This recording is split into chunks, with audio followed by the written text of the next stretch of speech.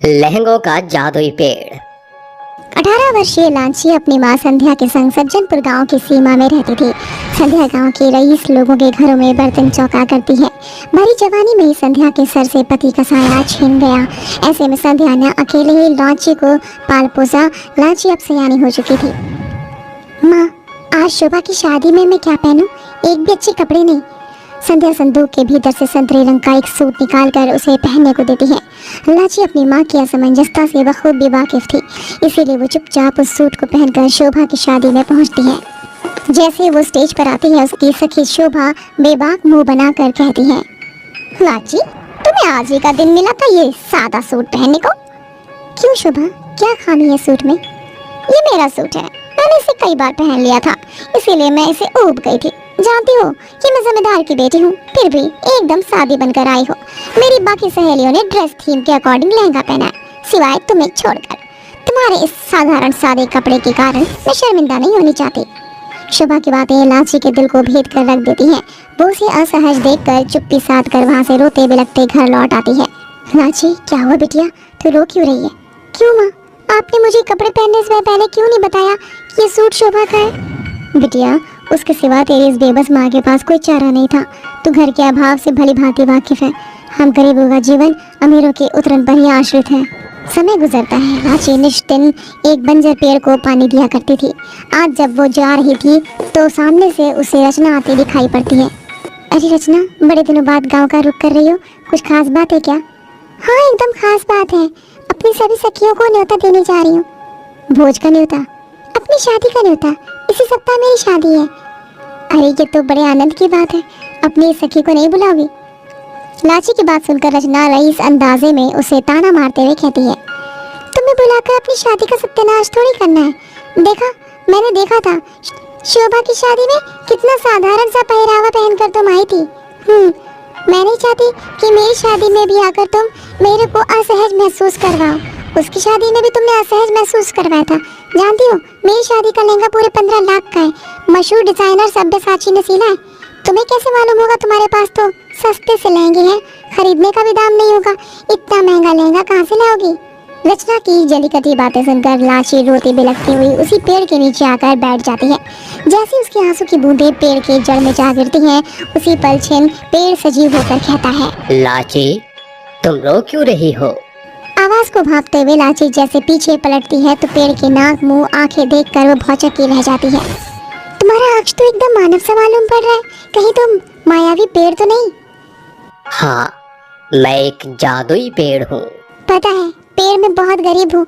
मेरी सभी सखियाँ सहेलियाँ अपने सुंदर लहंगों से मुझे लुभाती ललचाती हुई मेरी हंसी उड़ाती हैं। तुम्हारी समस्या का समाधान मैं हूँ, क्योंकि मैं लहंगे का जादुई पेड़ हूँ। तुमने सदा मेरी सेवा की, मुझ सूखे वृक्ष को जल के स्वरूप में जीवन दिया।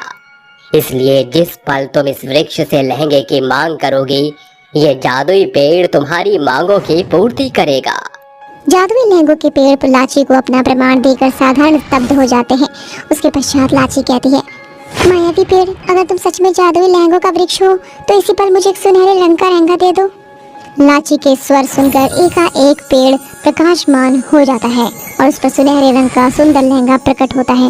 ये देख लाची हक्की बक्की रह जाती है। ये तो सचमुच में लहंगों का जादुई पेड़ है। लाची लहंगों के जादुई पेड़ का पुख्ता प्रमाण जानने के लिए पुनः प्रयास करते हुए कहती है, ये जादुई लहंगों का पेड़, मुझे और भी सुंदर लुभावने लहंगे दो।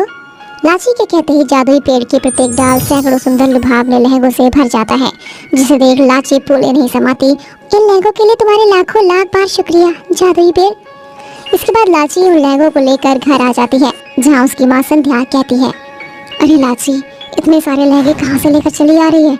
किसके हैं ये लहंगे? माँ, ये लहंगे तुम्हारी बेटी लाची के हैं। ये सभी लहंगे तो बड़े महंगे लग रहे हैं। पैसों का पेड़ हाथ लग गया क्या? पैसों का पेड़ तो नहीं माँ, मगर लहंगों का जादुई पेड़ हाथ लगा है। इन लहंगों को बेचकर हमारे घर की बदहाली दूर हो जाएगी।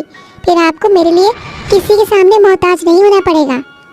जादुई पेड़ से मिले लहंगों को लेकर लाची बाजार के बड़े लहंगे व्यापारी से बेचकर उन पैसों से अपने घर की घनघोर गरीबी से निजात पा जाती है। कुछ ही दिनों बाद रचना की शादी का दिन आ जाता है। लाची, आज तेरी सखी की शादी है, जाना नहीं क्या? ये सुनकर लाची असमंजस में पड़ जाती है।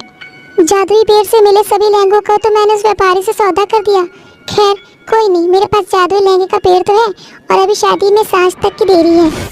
लाची दौड़ते भागते हुए जादुई पेड़ के पास चल कर आती है और कहती है, ए लहंगों के जादुई पेड़, इसी पल से मुझे सुंदर सा लहंगा दो। लाची के कहते ही लहंगों का जादुई पेड़ सुनहरे किरणों के साथ प्रकाशमान होकर सैकड़ों लहंगों से लद जाता है।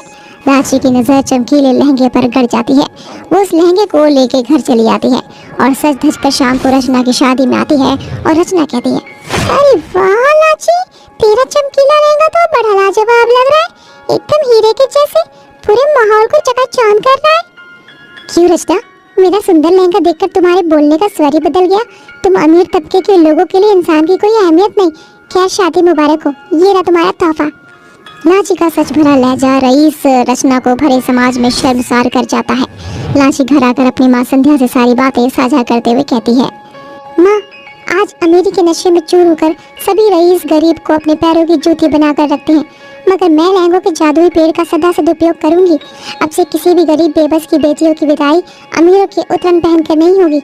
मैं लहंगों के जादुई पेड़ से सभी दुल्हनों के लहंगा मुहैया कराऊंगी। जब कभी गांव में किसी भी गरीब बेटी की शादी होती, लाची लहंगों के जादुई पेड़ से मदद की गुहार लगाती और उन दुल्हनों को लहंगा देती। ऐसे ही एक लंबा अरसा गुजर जाता है। अंत में लाची का रिश्ता व्योम से तय हो जाता है। लाची, कल तेरी सगाई और इसी सप्ताह में तेरी शादी भी है। सारा बंदोबस्त हो चुका है सिवाय तेरे लहंगों के। हाँ माँ, मैं लहंगे लेने ही जा रही हूँ। लाची लहंगों के जादुई पेड़ के पास आकर कहती है, ए लहंगे के जादुई पेड़, मुझे मेरी शादी और सगाई के लिए सुंदर सा लहंगा दे दो। लहंगों का जादुई पेड़ दो सुंदर सोने और हीरे के लहंगों से लग जाता है और पेड़ अक्षर समेत प्रकट होकर कहता है, लाची, ये 2 लहंगे तुम्हारे लिए, क्योंकि आज के पश्चात मैं पुनः तुम्हें नहीं मिलूंगा। ये दोनों लहंगे खड़े सोने और हीरों से जड़े हैं। जब भी तुम्हें जरूरत पड़े, इनके नगों मोतियों से तुम्हें मोल मिल जाएगा और लहंगे के उस स्थान पर एक नए मोती लग जाएगा। विवाह की ढेरों शुभकामनाएं। इसके पश्चात लाची घर आ जाती है और अपनी सगाई शादी के अवसर पर सोने और हीरे का लहंगा पहनकर पूरे साज बाज के साथ संध्या उसकी शादी कर देती है।